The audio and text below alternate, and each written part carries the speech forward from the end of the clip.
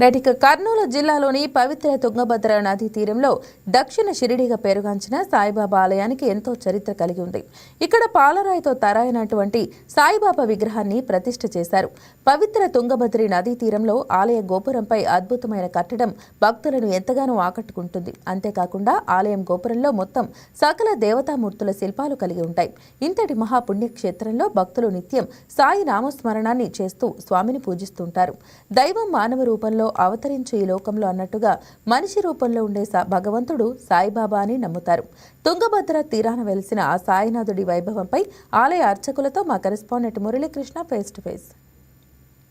దక్షిణ షిరిడిగా ప్రసిద్ధి చెందినటువంటి కర్నూలు సాయిబాబా స్వామి వారికి నిత్యం ఎలాంటి పూజలు నిర్వహిస్తారు, ఏ సమయంలో నిర్వహిస్తారు, ఇక్కడ ఎలాంటి ఉత్సవాలు నిర్వహిస్తారు అన్న అంశాలను ఇక్కడ ఉన్నటువంటి అర్చకులను అడిగి తెలుసుకునే ప్రయత్నం చేద్దాం.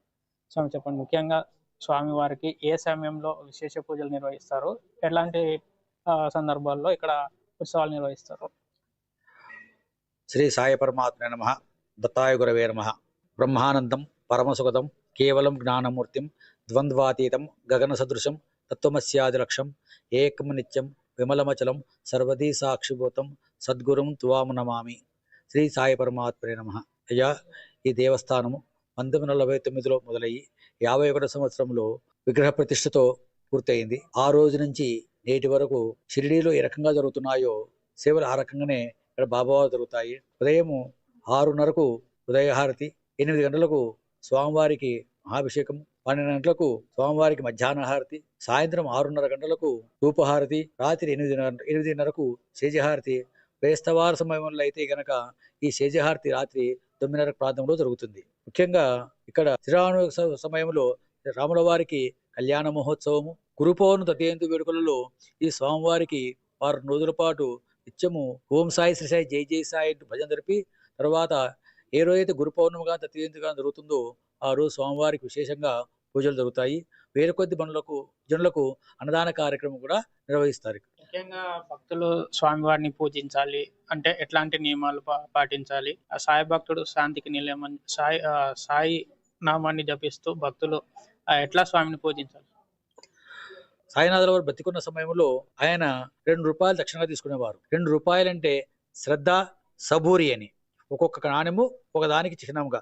శ్రద్ధ అంటే నమ్మకము, ఓర్పు, విశ్వాసముతో కూడుకున్నటువంటి నమ్మకముతో కూడిన సబూరి అనే 2 నాణ్యములు తీసుకొని ఆ రకంగా ఎవరైతే నన్ను సేవిస్తారో వారి కోరిన కోరికలు నెరవేరుస్తా అని చెప్పి సాయివారు చెప్పినారు. అంటే ఆ సాయిబాబాని పూజించేటప్పుడు ఎలాంటి నియమాలు పాటించాలి? ముఖ్యంగా ఇట్లాంటి నియమాలే పాటించాలి, ఖచ్చితంగా స్వామికి ఇట్లాంటి నైవేద్యాలు పెట్టాలి, ఇట్లా చేస్తేనే మనకు మంచి జరుగుతుందని కొన్ని విశ్వసిస్తుంటారు భక్తులు. అయితే మనం ఎట్లా స్వామిని పూజించవచ్చు?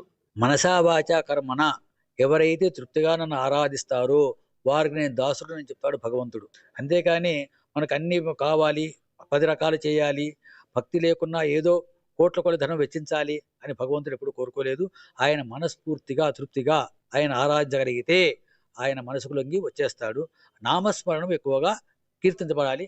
ఆ నామస్మరణలోని భగవంతుడు వచ్చి కూర్చొని ఎవరికైతే కోరికలు ఉన్నాయో కోరిక తీర్చగలుగుతాడు. ముఖ్యంగా ఇక్కడ ఈ క్షేత్రంలో ప్రధానంగా భక్తులు స్వామిని పూజిస్తూ ఉంటారు. ఎట్లాంటి విశేష పూజలు చేయించడానికి ముందుకు వస్తూ ఉంటారు, ఇంకా ఎట్లాంటి కార్యక్రమాలు నిర్వహిస్తూ ఉంటారు? ఇక్కడ వచ్చిన భక్తులు ఉదయం అభిషేకానికి చేస్తారు, కుంకుమార్చనలతో పాల్గొంటారు, అన్నదాన కార్యక్రమాలు కూడా ఉంటారు. సాయంత్రం పల్లకి సేవ కార్యక్రమాలు కూడా పాల్గొని డబ్బు కట్టించి వారు పాల్గొని వెళ్ళిపోతుంటారు. ఆ రకంగా చేసుకుంటూ ఉంటారు. ఈ దసరా 10 రోజులు మనకు ఇక్కడ నిత్యము కుంకుమార్చన, అభిషేకాలు, రచనలు జరుగుతూ ఉంటాయి. గురు పౌర్ణమి తేదీ మాత్రం విశేషంగా అన్నదానాలు జరుగుతాయి. ఆ రకంగానే కార్యక్రమాలు కొనసాగిస్తూ ఉన్నారు. దేవస్థానం వాళ్ళు కూడా సహాయ సహకారాలు అందిస్తూ ఉన్నారు భక్తులకు. ఇది కర్నూలులో ఉన్నటువంటి పవిత్ర తుంగభద్ర నది తీరంలో దక్షిణ షిరిడిగా ప్రసిద్ధి చెందిన సాయినాథుడి ఆలయం విశేష పూజలు నిర్వహిస్తుంటారు. ఏదైతే షిరిడిలో సాయినాథుడికి పూజలు ఏ విధంగా నిర్వహిస్తారో అదే రకంగానే ఇక్కడ స్వామివారికి పూజలు నిర్వహిస్తారు. ఆలయంలో భక్తులు తమ కోరికలు నెరవేరాలంటే కేవలం సాయినాథుడి నామస్మరణ చేస్తూ సాయిని కొలిస్తే చాలు, వారి కోరిన కోరికలు తీరుతాయని చెప్పి కూడా ఇక్కడ వారు తెలుతున్నటువంటి పరిస్థితి.